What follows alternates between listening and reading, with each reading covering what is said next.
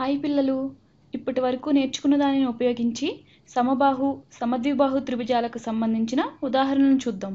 మీకు తెలుసు కదా సమబాహు త్రిభుజం అంటే ఏమిటి, సమద్విబాహు త్రిభుజం అంటే ఏమిటో.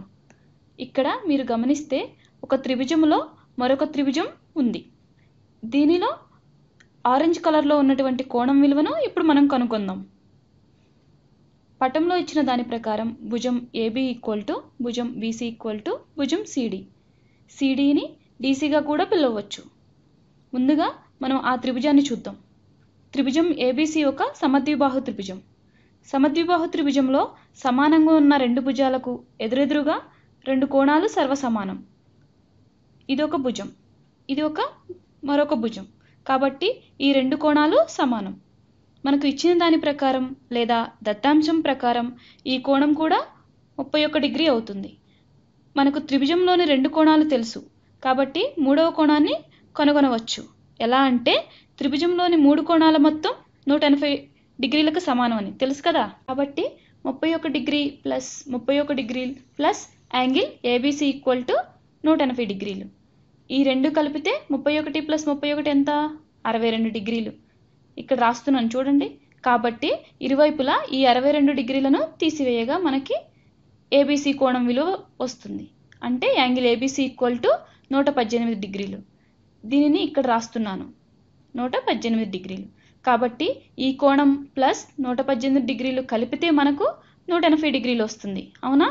ముందుగా చూసినట్లుగా ఇది 62 డిగ్రీలు అవుతుంది. 62 డిగ్రీలు ప్లస్ 118 డిగ్రీలు = 180 డిగ్రీలు. కాబట్టి ఇక్కడ 62 డిగ్రీలను అని రాస్తున్నాను. ఈ కోణం త్రిభుజం BCD యొక్క ఆధార కోణాలలో ఒకటి. ఈ భుజము మరియు ఈ భుజము సమానం అనగా భుజం BC యొక్క పొడవు భుజం CDకు సమానం అవుతుంది. ఇవి రెండు కూడా సమద్విబాహు త్రిభుజంలోని భుజాలు. ఇది శీర్షం, ఇది ఒక ఆధార కోణం, ఇది మరొక ఆధార కోణం. ఆధార కోణాలు రెండు కూడా సర్వసమానం కాబట్టి ఇది 62 డిగ్రీలకు సమానం అవుతుంది. చివరగా ఈ కోణాన్ని కనుక్కోవాలంటే ఈ కోణము ప్లస్ 62 డిగ్రీలు ప్లస్ 62 డిగ్రీలు కలిపితే 180 డిగ్రీలు అవుతుంది. కాబట్టి 62 డిగ్రీలు ప్లస్ 62 డిగ్రీలు ప్లస్ యాంగిల్ BCD = 180 డిగ్రీలు. ఇవి రెండు కలిపితే 62 ప్లస్ 62 ఎంత? 124 డిగ్రీలు. అవునా? ఈ 124లను రెండు వైపులా తీసివేస్తే మనకి యాంగిల్ BCD = 56 డిగ్రీలు వస్తుంది. కాబట్టి ఇది 56 డిగ్రీలు అవుతుంది. ఇప్పుడు ఈ త్రిభుజం గురించి చూద్దాం. కోణం ABE యొక్క కొలత ఎంత? B నుండి Eకి కర్ణం గీస్తున్నాను. ఇప్పుడు కోణం ABEని కనుక్కుందాం. ఓకేనా? మనకు ఇక్కడ సర్వసమాన భుజాలు చాలా ఉన్నాయి. ముందుగా త్రిభుజం ABDని చూద్దాం. ట్రయాంగిల్ ABD ఒక సమబాహు త్రిభుజం కాబట్టి త్రిభుజంలోని అన్ని భుజాలు సమానం. కాబట్టి అన్ని కోణాలు కూడా సమానం అవుతాయి. అవునా? ఒకవేళ త్రిభుజంలోని అన్ని కోణాలు సమానమైతే ప్రతి కోణం 60 డిగ్రీలకు సమానం. కాబట్టి అన్నీ 60 డిగ్రీలు. కోణం ABని కనుక్కోవాలంటే ముందుగా ఇక్కడ కనిపిస్తున్న భాగాన్ని కనుక్కోవాలి. ట్రయాంగిల్ BDని గమనిస్తే ఇది సమద్విబాహు త్రిభుజం. రెండు భుజాలు సమానం. ఇది శీర్ష కోణం, ఇది ఒక ఆధార కోణం, ఇది మరొక ఆధార కోణం. మరియు ఈ శీర్ష కోణం దీర్ఘకోణం లేదా లంబకోణం అంటే 90 డిగ్రీలు సమానం. మరియు ఇది సమద్విబాహు త్రిభుజం అంటే BD = DE. కాబట్టి ఈ రెండు కోణాలు ప్లస్ ఈ కోణం కలిపితే 180 డిగ్రీలు అవుతుంది. దీనిని X అని అనుకుంటే ఈ కోణం కూడా X అవుతుంది. కాబట్టి X ప్లస్ 90 డిగ్రీలు = 180 డిగ్రీలు.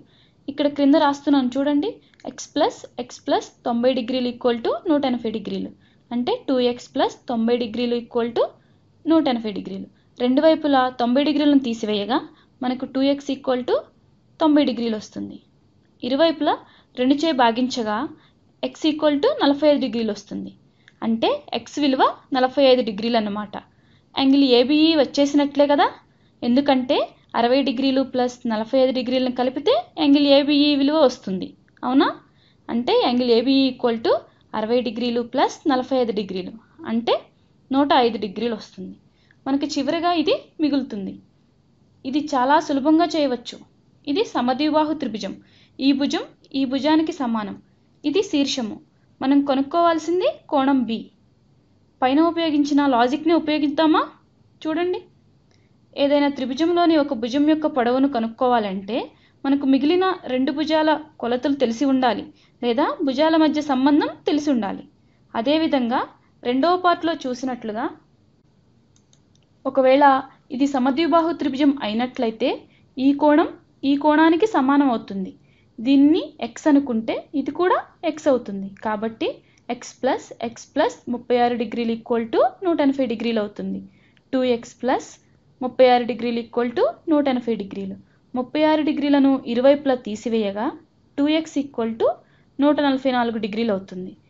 ఇరుప్రక్కల 2చే భాగిస్తే మనకు x విలువ వస్తుంది. అంటే x విలువ 72 డిగ్రీలు అవుతుంది. మనం అన్నింటినీ విజయవంతంగా పూర్తి చేసాం కదా. అర్థమైనయా సమబాహు త్రిభుజం అంటే ఏమిటి, సమద్విబాహు త్రిభుజం అంటే ఏమిటో?